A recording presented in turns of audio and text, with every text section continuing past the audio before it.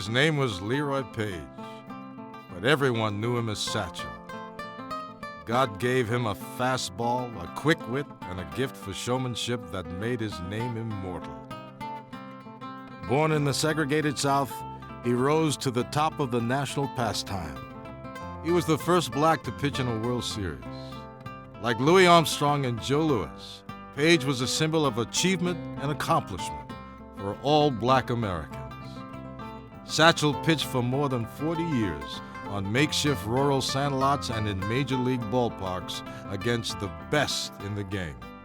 He was the most celebrated player in the Negro Leagues, and because some victories came against white major league opponents, he set the stage for baseball's integration. Satchel Paige was an extraordinary athlete and a genuine American original. He was the most natural guy on the pitching mound that I'd ever seen. It just wasn't nothing wrong he could do on the pitcher's mound. He was made for baseball, and he pleased so many people. And again, once you saw him, you never forget him. Satchel enjoyed it, and when he enjoyed it most was when he was pitching against Josh Gibson or Ruth, the great ball players. Then, he would shine. He would really shine. He was cantankerous at times. If he wanted him to zig, he'd zag. But that was all part of him. You know, he was the perfect baseball person. You know, he was made to pitch. He was made to entertain, and he did both of them very, very well. We'd be on the field.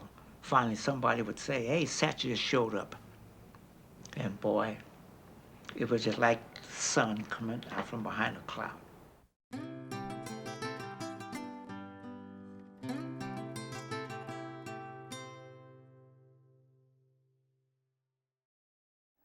It's amazing. How old is he? Well, Bill Beck, you could never answer the question, and Satchel wouldn't tell you. So Bill had found out where his mother was, and he called his mother. Now, Satchel had pre-warned her, I know, because her answer was, when they asked him how old he was, she said, I can't rightfully recall whether he was my first or my 14th child. So that gave him a leeway of 15 to 20 years. He said that his mother wrote down the day he was born in the Bible when he was born down in the South, but the goat ate the Bible, so they really didn't know. The inevitable question came up to him every time there was an interview, how old are you? And he says, I'm as old as I feel. Because everybody, Jack, think I'm so old and I cannot do this and I cannot do the other, and I want to show them that I can still play baseball regardless if they don't know my age. If they think I'm 107, it's still all right. Well, I don't know how old you are, Satch, and maybe the other ball players don't either, but that fastball of yours looks just as good as it did many years ago. Jack, I'm going to tell you the truth. I don't think it but a very few people in the United States know my age or where I come from even now, let alone know my age, because I've been playing ever since I was a kid. I never had a job. But still, they say I'm 100 years old, and everybody I meet, they say they played ball with me. Some of them's 100, some of them's 85 and 90.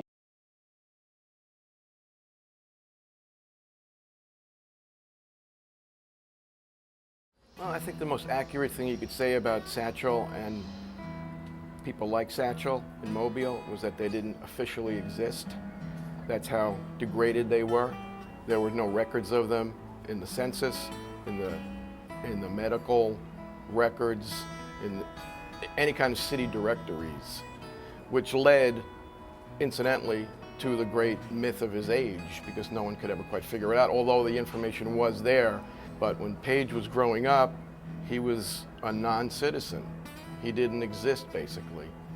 And of course, it went along with that growing up, he never had any possessions, any anything of material value, not even shoes.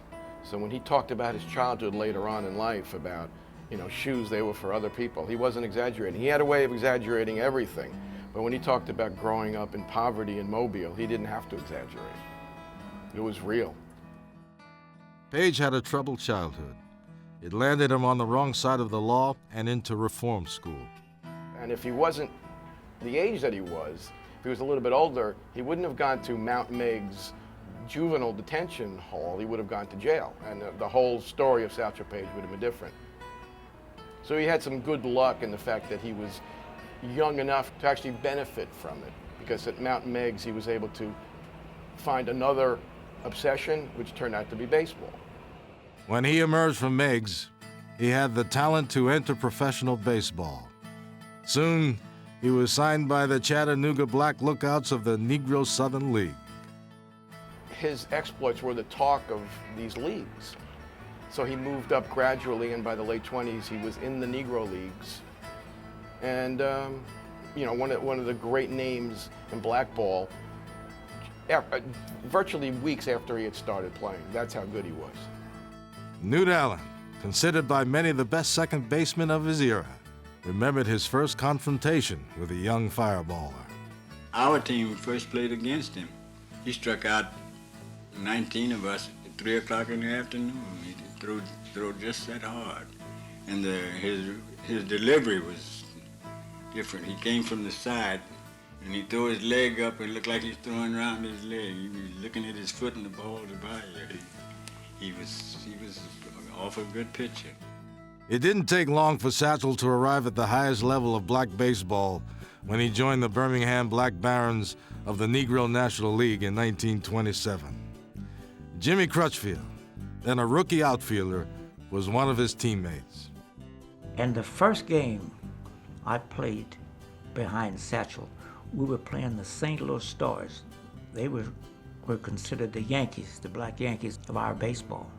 We played them 3 ball games, and the scores were about 21-2, 19-0, 16-1. And on the 4th day, Satchel pitched. I stood with my arms folded in the outfield practically all day because nobody could pull Satchel, and he was something to watch. He threw so hard. He threw so much harder than anybody else. That's what they were talking mostly about, the speed. And then later on, they started talking about control. He had a lightning fast ball, and it seems that when the ball would get to the plate, it would go up just a little, just enough for you to miss it. And it was here in the South, the legend of Satchel began to emerge. We were going out to the ballpark riding in cars, and we were speeding. The cops came up on a motorcycle, pulled us aside. We want to know, where in the heck are you guys going? We said, we're the Birmingham baseball players. He said, you are? He says, where's Satchel? We said, Satchel is just ahead of us. He said, come on. Right to the ballpark. That's how he stood down there in Alabama. As the Depression engulfed the nation, fewer fans could afford to attend ball games, and fewer teams could afford to pay players' salaries. While Satchel's legend spread, the Negro Leagues were in dire trouble. By the early 1930s, Satchel landed with the Pittsburgh Crawfords, where Gus Greenlee, a local entrepreneur with deep pockets, assembled the most storied black ball team of the time. I would like to tell you about Gus, because he was just like an angel sent down from up on high to me. It was in 1931. I had been playing with Indianapolis ABCs. We weren't being paid. And the word got out that there was a big shot out in Pittsburgh that was forming a team out there. And he wanted to get some new ball players. So Satchel had already joined the team. And he spoke about me and 2 or 3 other guys. They advanced me $50. Well, boy, that was just like something from heaven. We had quite a strong club. With our outfield, we had Cool Papa Bell, Ted Page, and Jimmy Crutchfield. All very good ball players. We were good enough to beat most teams whenever we wanted to. I remember that we were so good that we got overconfident. If ever a team beat us, it was because we got cocky, overconfident. We just beat everybody. The people just didn't realize the type of a baseball team that we had. We had good defense. We had Josh alone, Josh Gibson. And we had good pitching. And then too, if you have Satchel pitching and you have a good defensive ball club, you're going to beat a lot of baseball teams. By the mid-1930s, Satchel Paige was a commanding presence in black America, but white audiences hardly knew him. It would take the fabled encounters with pitching legend Dizzy Dean to catapult him to national stardom. And that's where he gradually became known to the white baseball world, because word got back. Little by little, you'd see his name in the New York Times even. You know, you'd see it not only in the black papers like the Chicago Defender or the Pittsburgh Courier, you'd see it in, you know, these great white papers, Chicago Sun-Times, whatever. Very briefly, you know, a little agate type, you know, Satchel Paige defeated Dizzy Dean, but those little mentions were worth millions in publicity to the Negro Leagues. During the Depression, white major leaguers were as eager as their black counterparts to make extra money in barnstorming games following the World Series. The people hadn't seen blacks and major league all-star teams mix too much in those days. So we always had large crowds. I think we played 10 games. Now, we knew that we could play baseball with anybody. We played against Dizzy Dean and his brother in Cleveland, and they had a sellout crowd, and Satchel beat Dizzy 2-1 in 12 innings. After Dizzy Dean's encounter with Satchel Paige, Dean paid tribute to his barnstorming counterpart, and baseball took notice. And I know who's the best pitcher that I ever see, and it's old Satchel Paige, that big, lanky color boy. Say, old Diz is pretty fast. You know, my fastball looks like a change of pace alongside that little bullet old Satchel shoots up to the plate. Anyway, that skinny old Satchel Paige with those long arms is my idea of the pitcher with the greatest stuff I ever saw. They were very respectful of one another, and listen, it was a good thing for Diz too. That was a good payday for Diz. Really, really good. In one game, the score stood 0-0 after 10 innings, despite Dean's .325 batting order. "If you ain't gonna give us no runs, Mr. Dean," announced Satchel at the end of 10 innings, "we ain't gonna give you no runs. So you better get beds and coffee ready because we is playing all night." I saw him pitch. We were in Chicago. Saw him pitch in Chicago against Ruth. When Ruth came up, Satchel threw him a fastball in the head that over the right field fence. Went in the head like hedges, you know, like a snow. Hedges were high like those trees there. Ruth hit the ball over those trees on him, and Ruth hit it over the trees, and he looked him all the way around. And when he got to home plate, you know who shook his hand? Satchel shook his hand. Stopped the ball game. Stopped the ball game till a kid could bring the ball in, so Ruth could sign the ball for Satchel. He was just that kind of showman. Another place where whites began to see and appreciate Paige's talent was in the California Winter Leagues. I remember we were playing in California, and I was with Satchel Paige's All-Stars, and we were playing the Major Leagues All-Stars. And we played 3 Sundays, playing only on Sundays out in Hollywood. The first Sunday we played, we made $196 each. The second Sunday, we made $206 each. The next Sunday we played, we made $215 a piece. Here was this great pitcher, and then his catcher was Josh Gibson, and they would go on tour, and everybody knew about these people, and it was very interesting to have the top white players in the major leagues play against them. They drew big crowds, and this is how the legend of Satchel actually was enhanced, because the top guys had to hit against him, and they came back saying, "Wow, you know, the guy can pitch." It was in one of those games that a young Joe DiMaggio first encountered Satchel Paige while playing for the San Francisco Seals of the Pacific Coast League. After he reached base on a single, it is reported that a Yankee scout at the game wired New York, "DiMaggio all we hoped he'd be. Hit Satch 1 for 4. He was an individual that could walk out on a baseball mound and throw strikes and throw it hard and get guys like DiMaggio out and those kind of great hitters And I think DiMaggio said at one time he was one of the greatest pitchers he ever hit against. Satchel's fame even reached the Caribbean, where an obscure Dominican dictator, Rafael Trujillo, was assembling a team that could dominate the Dominican League. He lured Satchel to the island, and Satchel brought with him some of the Black League's finest talent.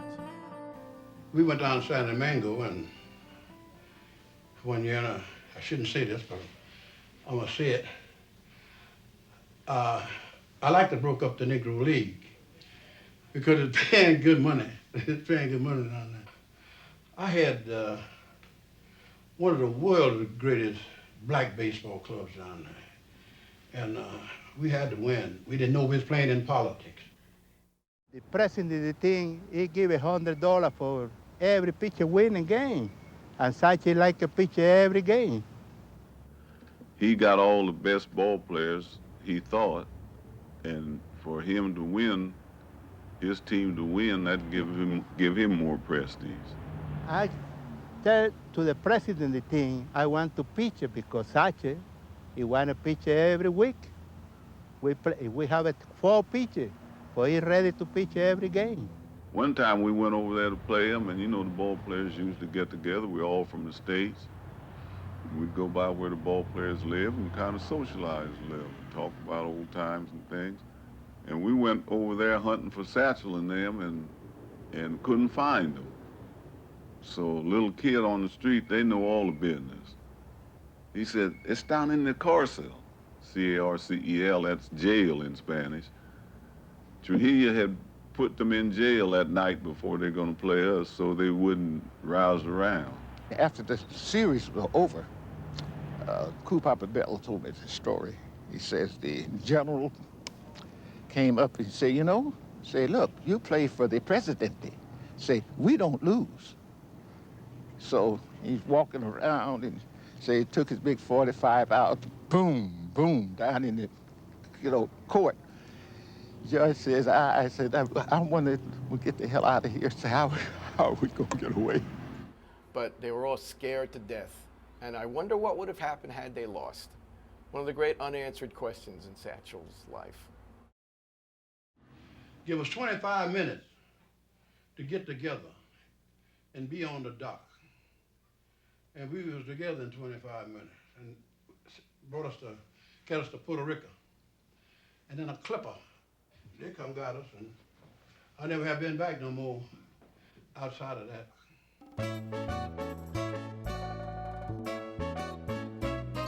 When Satchel returned at the close of the Dominican season, the Negro League owners were furious with his Caribbean escapade, and especially his ability to entice many valuable stars from other teams. They banned him from the league. Satchel responded by barnstorming, secure in the knowledge that his name would draw a crowd. Everybody in the United States wanted to see me pitch, till I didn't hardly miss a town or city or stop at any place. He had his own team, the Satchel Paige All-Stars.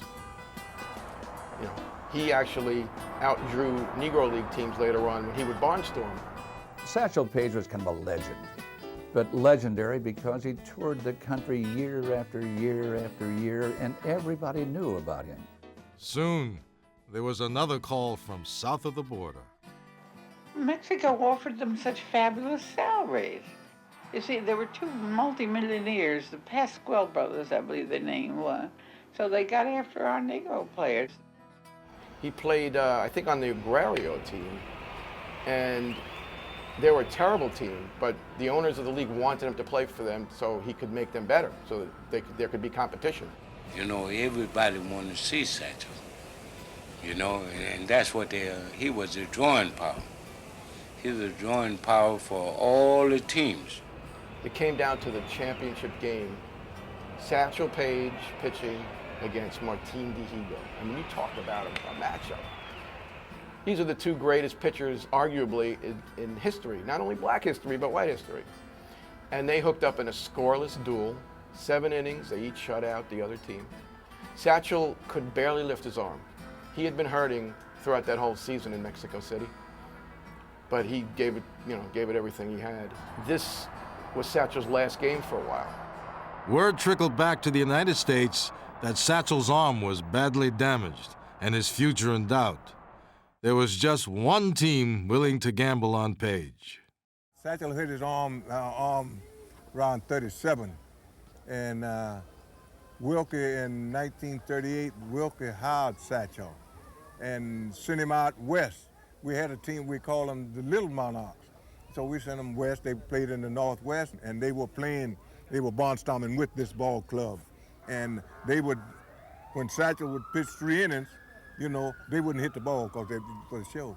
So Satchel told them about that, after that month and a half up, he said, I feel pretty good, said turn them loose tonight. He struck out 19. Called Wilkie that night and said, I'm ready. With a healthy Satchel Paige as the centerpiece of the team, the Kansas City Monarchs were destined for greatness. We had a great rivalry because they represented the best in the West, and we represented, the best in the East, other than the Homestead Grays. And when we get together, we try to, knock each other's brains out. It was usually a real good game. You wouldn't have a chance standing in against him if he would play his mind games. When the Monarchs played the Homestead Grays and he faced Josh Gibson. The great story being, of course, that during the midst of this World Series, he did the old Satchel riff that he had been doing for years, called his players off the field so that he could pitch one-on-one, mano-a-mano against Josh Gibson. Struck him out on 3 pitches. As the drawing card of the Kansas City Monarchs, Paige finally found a situation that fit his unique persona. At the core was the friendship that developed between Satchel Paige and team owner J.L. Wilkinson. It was actually like a father-son relationship, really. It really was. And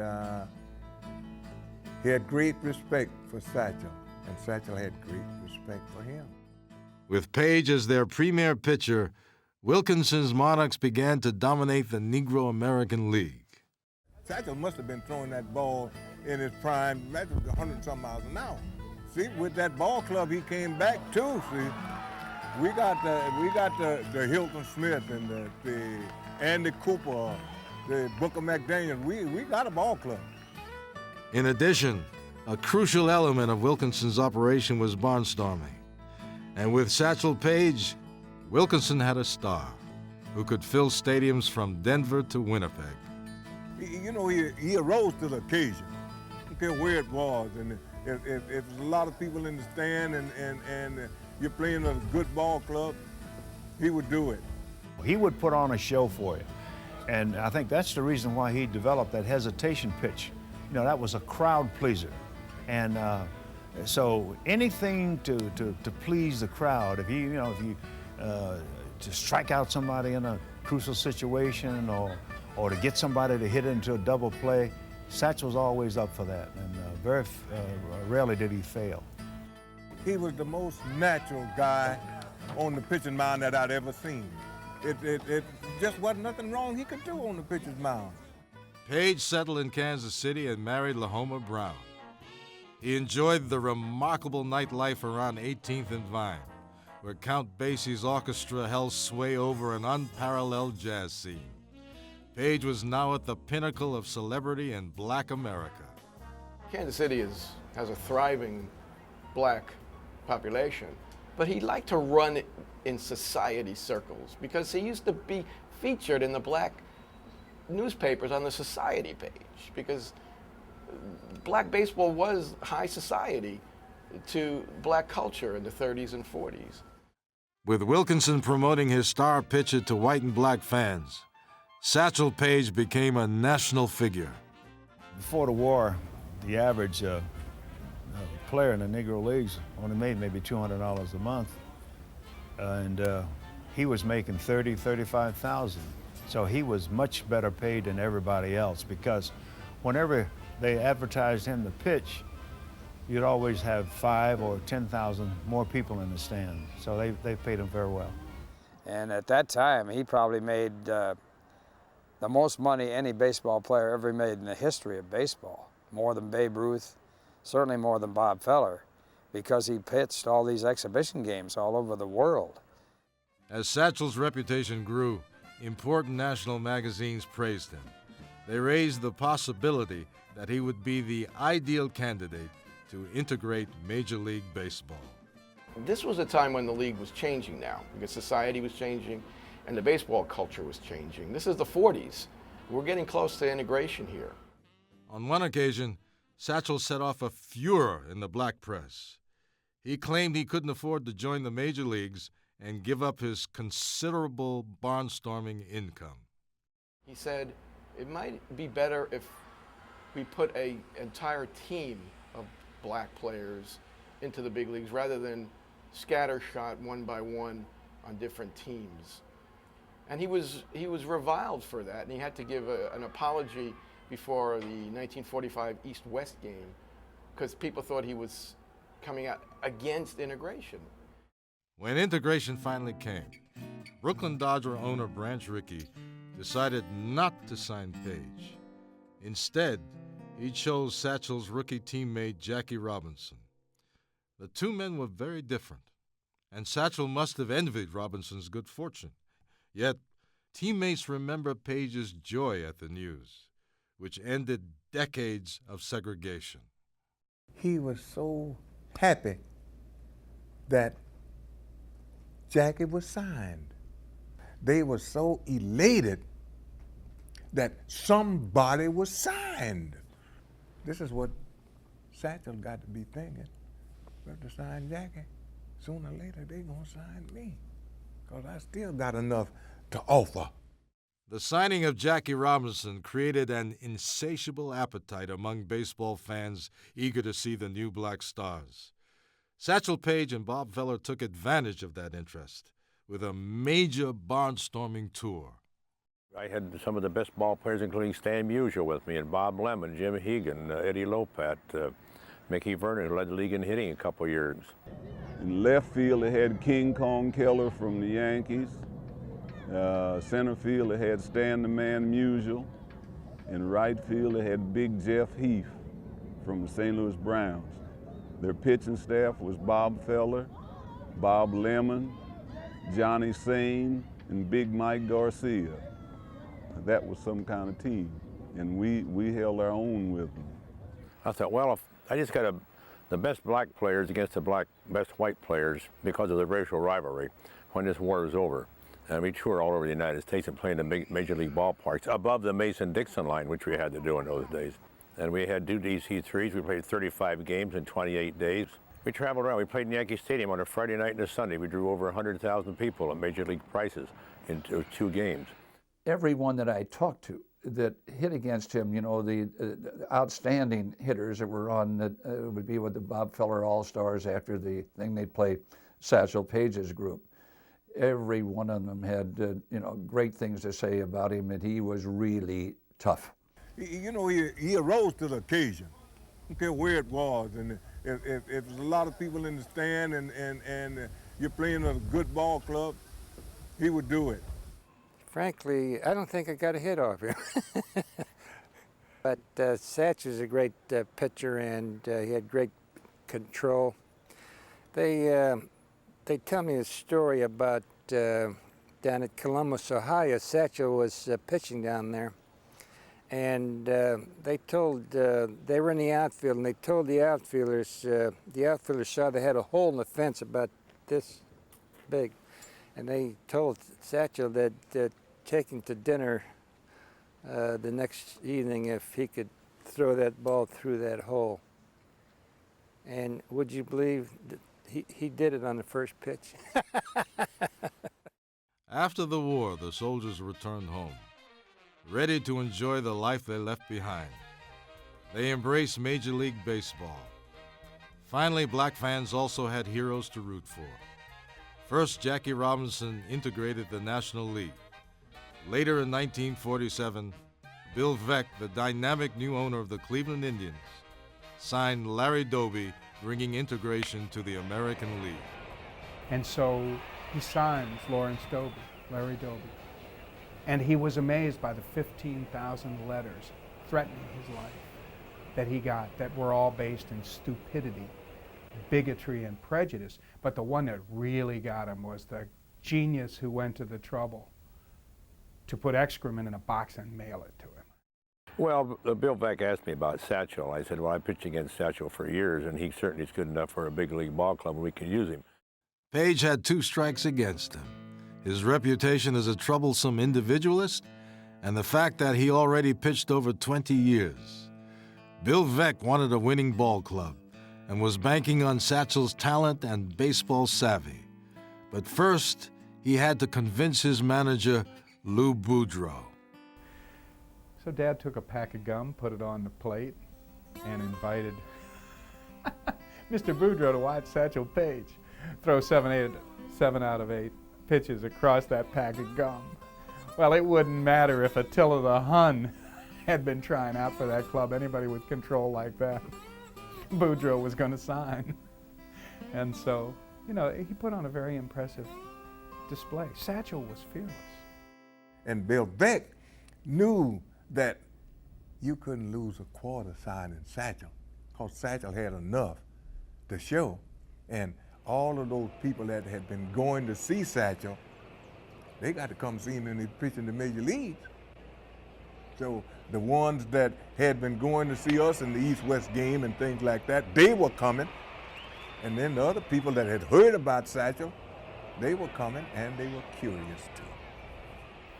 The press, by and large, except for a couple of periods of time, Dad and the press had a great relationship, except for Taylor Spink. God bless him. Now, he couldn't come right out and say, I don't think that Satchel ought to be in this league. So what he did was come out and say, I don't think a guy of advanced years should be in this league, and it's making a mockery. And you know, Dad, he absolutely couldn't resist a stuffed suit. If there was a pompous, unctuous personality somewhere close, Dad would find him and take the hat pin and so, you know, Taylor Spink was absolutely tailor-made, if you'll pardon the expression, for Dad. He was a great target, but he was a very powerful man. The Sporting News was, back in those days, the Bible. To bring in a rookie of Paige's age casts a reflection on the entire scheme of the operation of the major leagues. To sign a hurler of Paige's age is to demean the standards of baseball in the big circuits. Further complicating the situation is the suspicion that if Satchel were white, he would not have drawn a second thought from Veeck. After every Paige victory, I would send Spink a telegram. 9 innings, 4 hits, 5 strikeouts. Winning pitcher, Paige. Definitely in line for the Sporting News Rookie of the Year.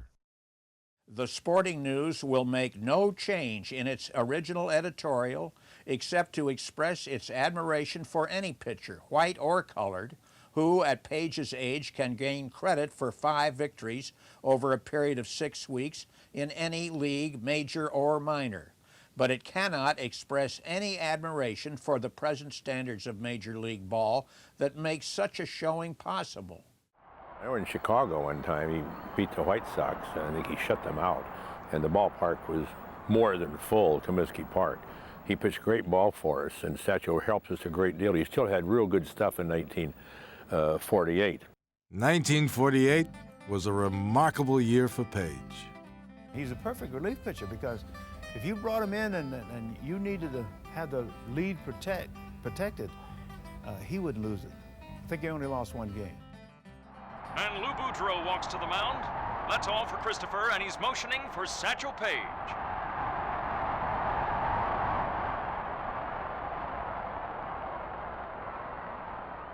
We'll see if the great Satchel Paige can stop the Braves as he makes his World Series debut.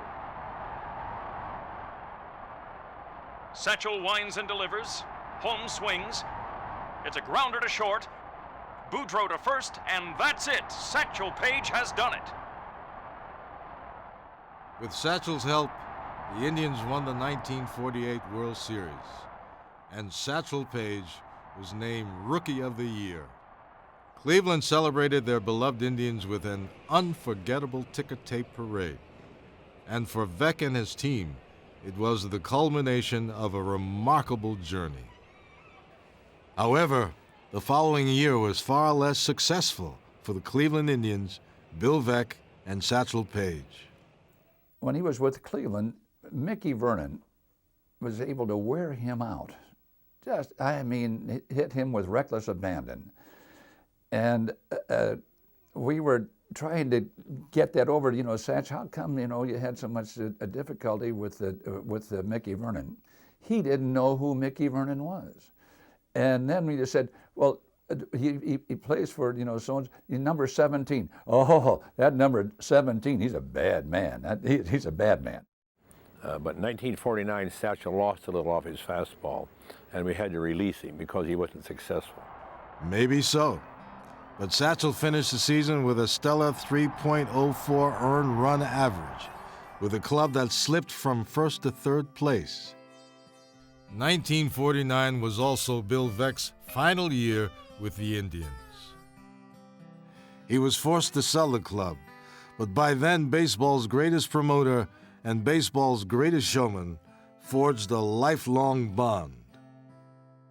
He loved people who walked, as we would say today, outside the lines and were a little different.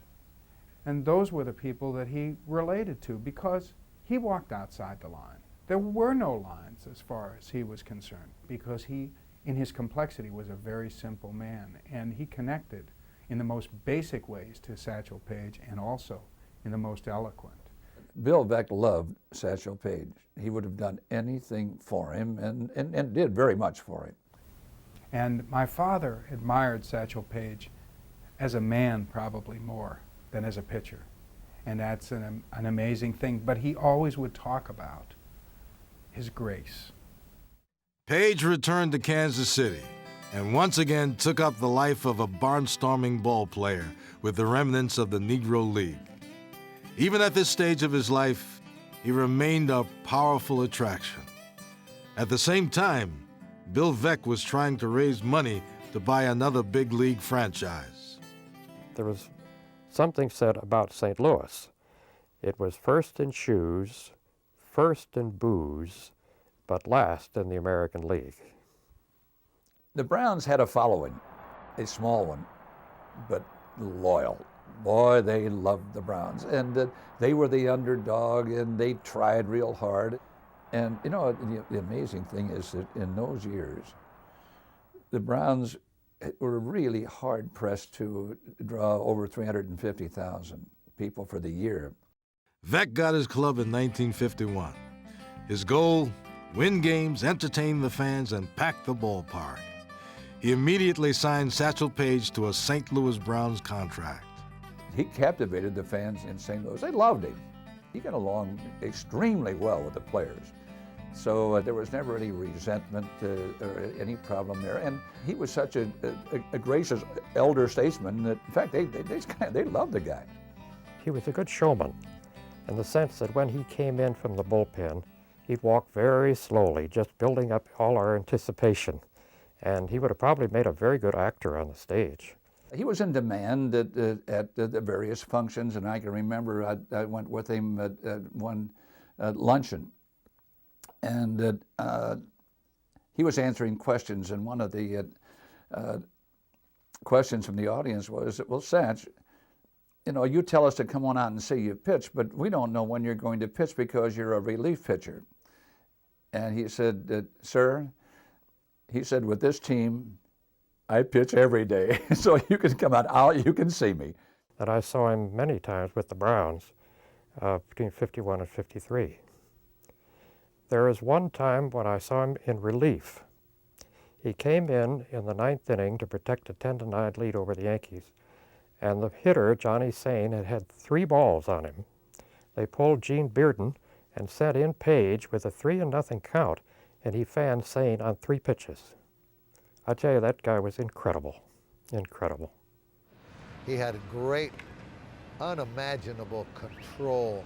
I used to see him once in a while fooling around, and Clint Courtney, the catcher, would use a wooden matchbox as home plate, and Satchel would throw balls that were strikes over that wooden matchbox.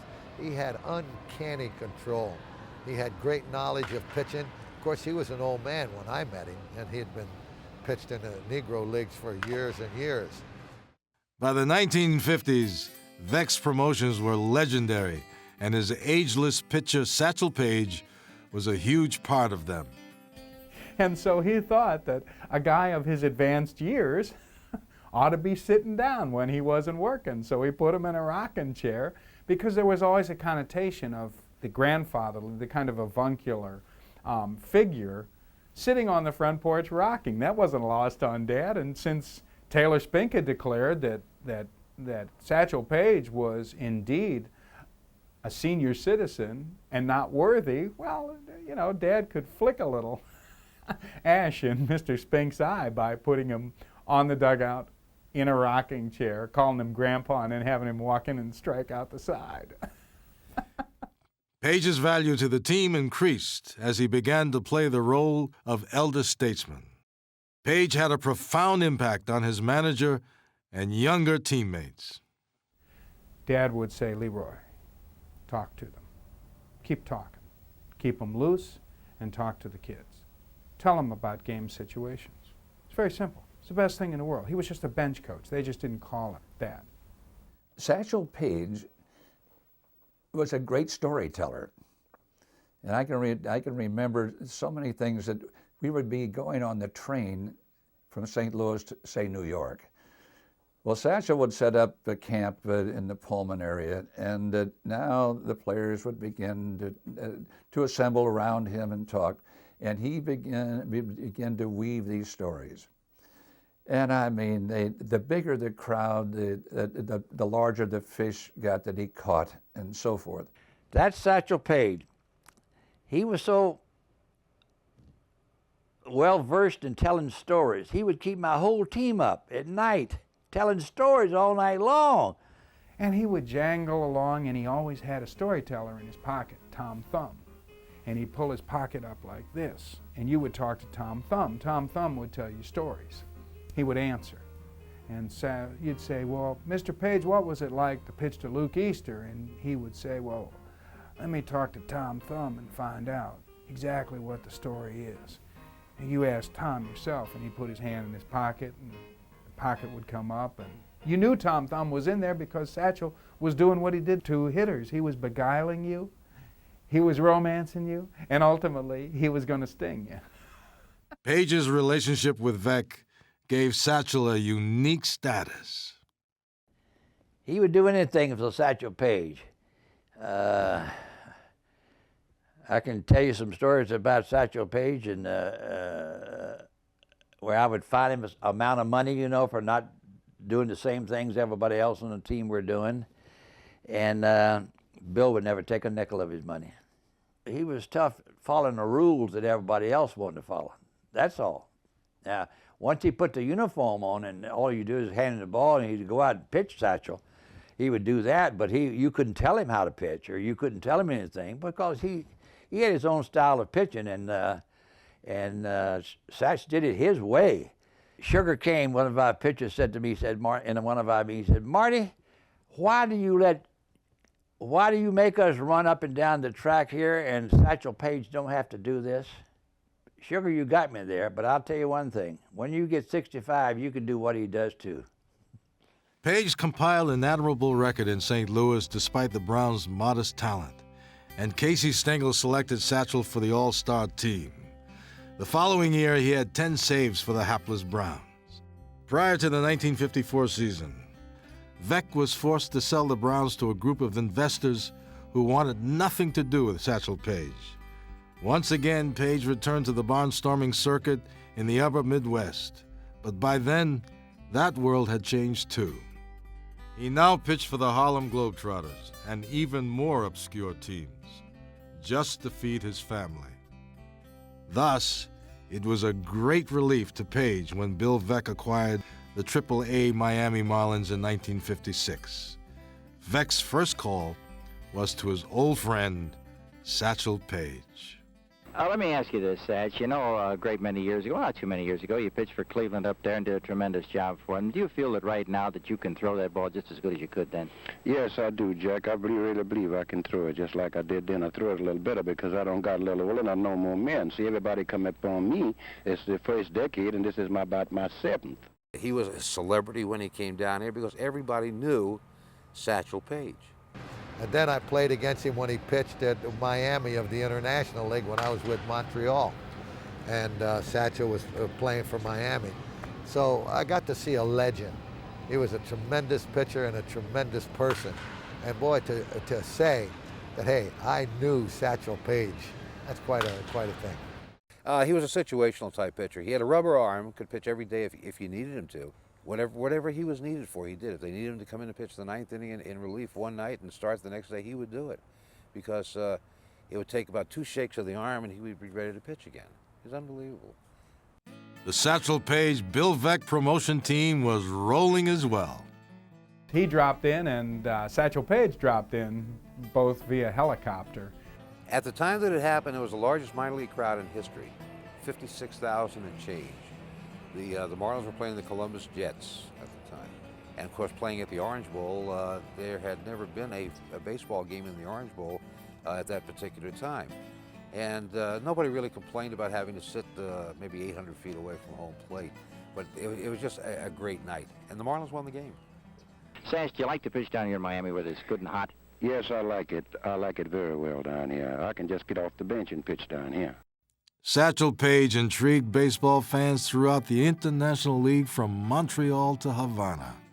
In 1956, he compiled an 11-4 record with an unbelievable 1.86 earned run average, the best in the league. Satchel Paige pitched 2 additional years with the Miami Marlins. Well, Satch, I think myself and a lot of other people Sunday got a big thrill when they watched you out here pitch those last 2 innings against Buffalo in that first game. Yes, Jack, that was my first try, since we started the playing out there.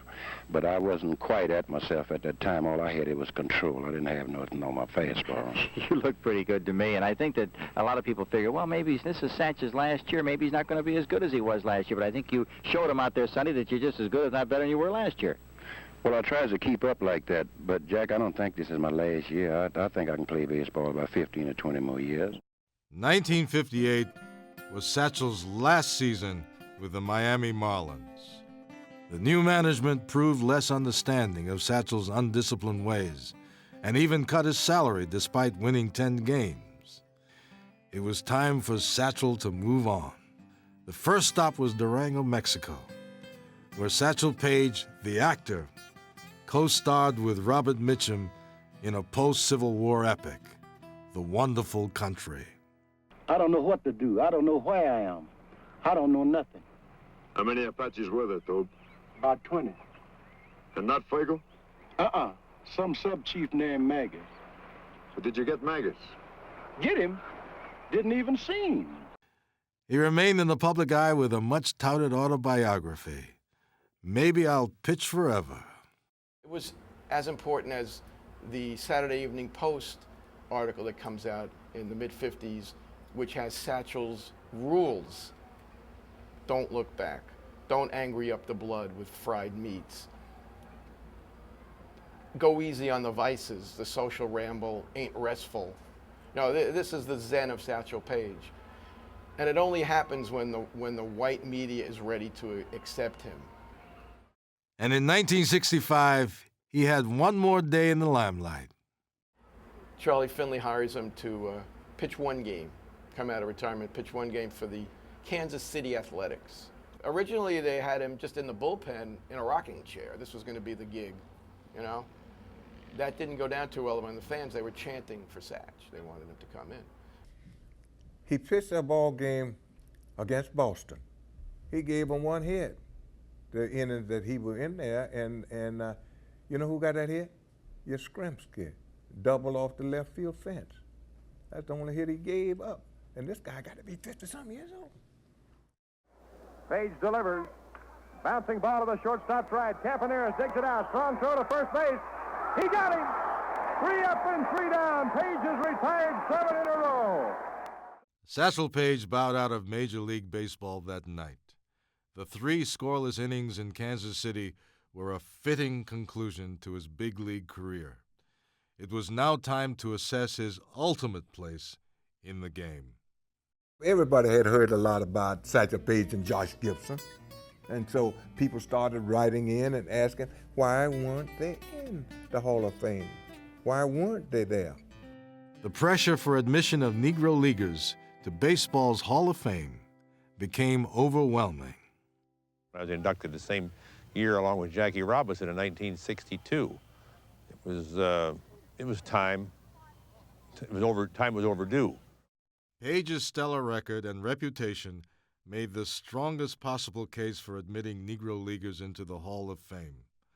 Once the decision was made, Paige was the unanimous first choice. 1971, Satchel Paige.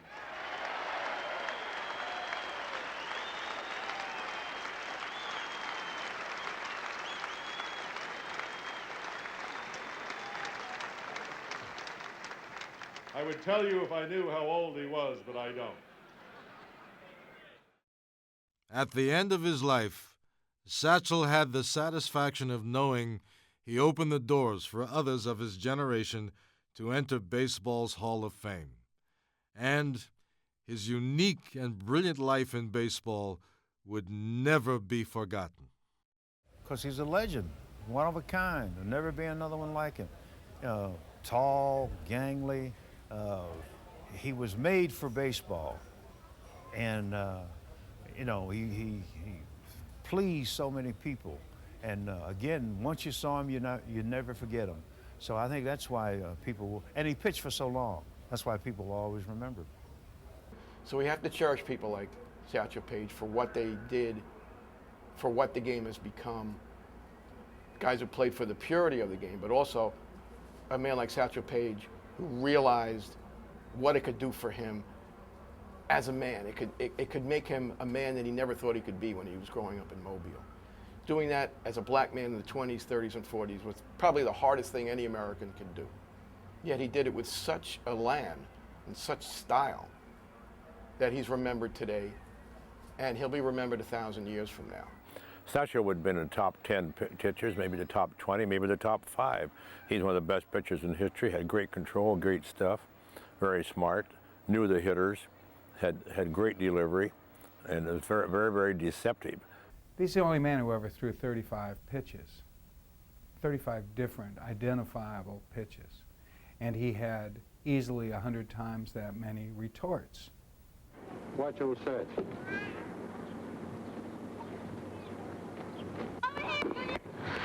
Don't worry about that, Johnny. It took me 20 years to get that pitch. Satch, some folks say it took you 30 years. Confidentially, Johnny, I think it's 40 years. In a game measured by statistics, Satchel Paige's impact was immeasurable. For his accomplishments and his style and his ability to produce under pressure time and time again, he will be remembered and revered as a baseball immortal. Satchel was a fellow you would very seldom lose in big games. I remember we were playing Yankee Stadium one Sunday, and I guess we had about 45 or 50,000 people there. And they got Satchel in the hole where it was 3 men on, nobody out. So I was a team captain, so I asked for the ball, and the catcher gave me the ball, and I walked over to Satchel, and I told him that the players and all were hoping that they would get you in a situation like this because you were such a pop-off, great showman. And he said, they did. I said, yeah, and I just tossed him the ball. He went back in there to pitch, and he threw 9 balls. He struck the side out. And then he walked over to their dugout and said, now go back to Philadelphia and tell that.